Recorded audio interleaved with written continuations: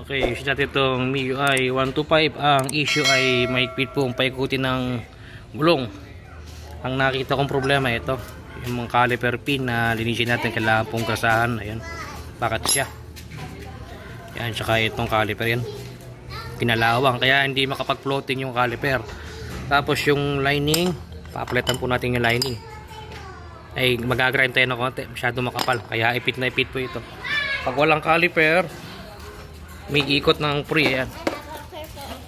A few moments later. Na-grind na natin lining, pinantay ko na yan.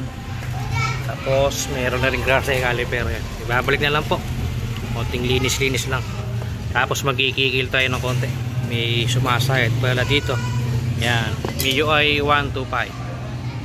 Yan, nakikabit na po natin yung caliper. Ayan, okay na, may willing na. Okay, good to go. Dati po hindi ko